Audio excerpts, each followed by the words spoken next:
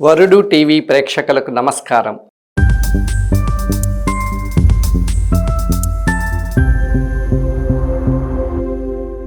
ఈరోజు మన అంశం how to present CBSE or state board examination అనే దాని గురించి మాట్లాడుకుందాం.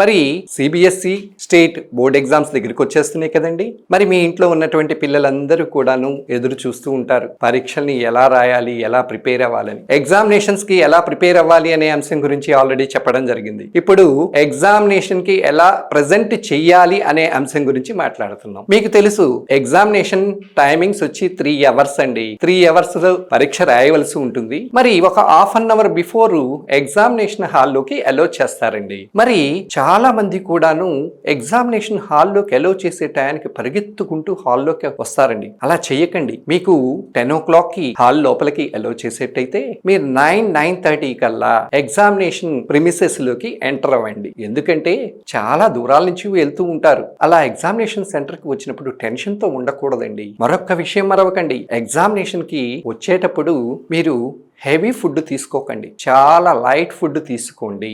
అంతేకాకుండా ఎగ్జామినేషన్ సెంటర్ కి వచ్చిన తర్వాత అక్కడ కొంత సమయము మీరు ఆరాంగా కూర్చోండి. ఎప్పుడైతే మీకు ఇన్స్ట్రక్షన్స్ ఇస్తారో, బెల్ కొడతారో అప్పుడు హాల్లోకి ప్రవేశించండి.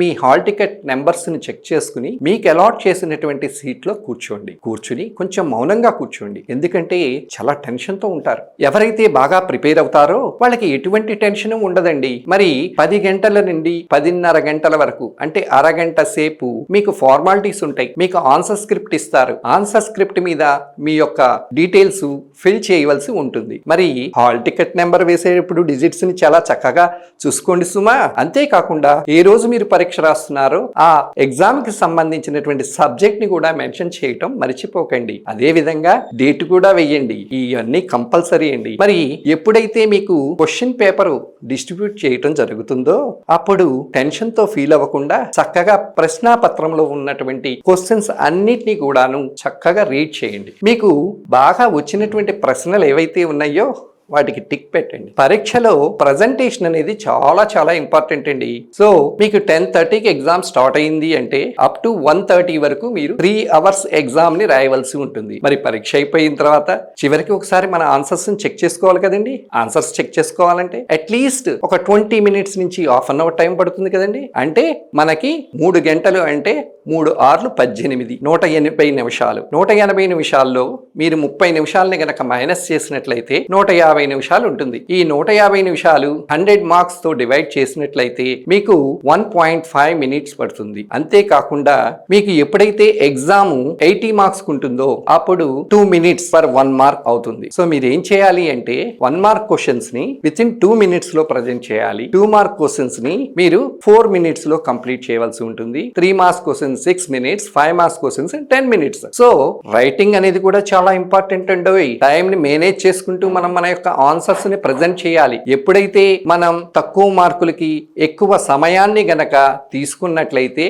ఎగ్జామినేషన్ లో మనకి టైం సరిపోదండి. సో మై డియర్ స్టూడెంట్స్, మీరు చేయవలసింది ఏంటో తెలుసా? మార్క్స్ ని దృష్టిలో పెట్టుకోండి. ఎన్ని మార్కులకి ఎంత ఆన్సర్ రాయాలో అంతే రాయండి, అంతకు మించి రాయకండి. అది వర్డ్ లిమిట్ అవ్వచ్చు, సెంటెన్స్ లిమిట్ అవ్వచ్చు, పేజ్ లిమిట్ అవ్వచ్చు. అలా చేసిన తర్వాత మీరు పరీక్ష పూర్తయిన తర్వాత లాస్ట్ 20 minutes ఆర్ 30 minutes లో మీ ఆన్సర్స్ ని సెక్షన్ వైజ్ మీరు చెక్ చేసుకోండి. ఎక్కడైనా ఏదైనా వర్డ్ రాసేటప్పుడు ఓవర్ ల్యాప్ అయినట్లయితే గనక వాటిని మళ్ళీ మెన్షన్ చేయండి. తర్వాత ప్రశ్న నెంబర్ గాని సెక్షన్ నెంబర్ గాని రాయటం మరవకండి సుమా. ఎందుకంటే చాలా చాలా ఇంపార్టెంట్ అన్నమాట. అలా ఇంపార్టెంట్ అయినటువంటి పాయింట్స్ ని మీరు తప్పకుండా మెన్షన్ చేయాలి. అలా మెన్షన్ చేసినట్లయితే మనకి మంచి మార్కులు వస్తాయి. మరి రాసేటప్పుడు దస్తూరి ఉంది చూసారా, హ్యాండ్ రైటింగ్. ఎగ్జామ్ స్టార్టింగ్ నుంచి ఎండింగ్ వరకు కూడాను ఒకే స్టైల్లో ఉండాలండి. కొంతమంది స్టార్టింగ్ అప్పుడు చాలా స్లోగా మంచి హ్యాండ్ రైటింగ్ రాస్తారు, మిడిల్ లో కొంచెం స్పీడ్ గా రాస్తారు, ఎండింగ్ లో చాలా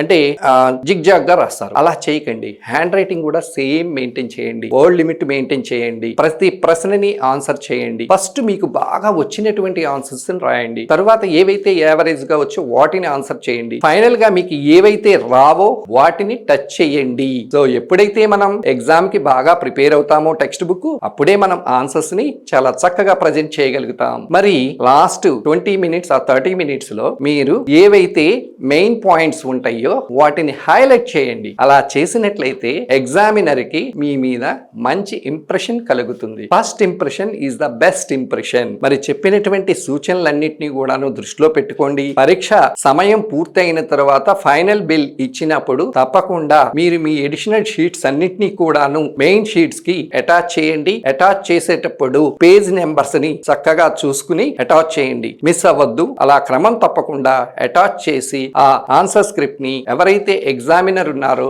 వాళ్ళకి హ్యాండ్ ఓవర్ చేసి మీరు హాల్లో నుంచి బయటకు రండి. మై డియర్ స్టూడెంట్స్, హాల్లో నుంచి బయటకు వచ్చేటప్పుడు మీ యొక్క హాల్ టికెట్ గానీ మీ యొక్క థింగ్స్ ని గానీ మర్చిపోకండి. వాటిని మీతో క్యారీ చేయండి. ఎందుకంటే తర్వాత పరీక్షలకు కూడా అవి ఉపయోగపడతాయి కదా. మరి ఇంతటి చక్కటి కార్యక్రమాన్ని మనకి ప్రజెంట్ చేస్తున్నటువంటి వరుడు టీవీకి ధన్యవాదాలు తెలుపుకుంటున్నాను. మీకు ఈ అంశం నచ్చినట్లయితే గనక వరుడు టీవీకి సబ్స్క్రైబ్ చేయండి. మరిన్ని అంశాలని మీరు వాచ్ చేయండి. Thank you to all.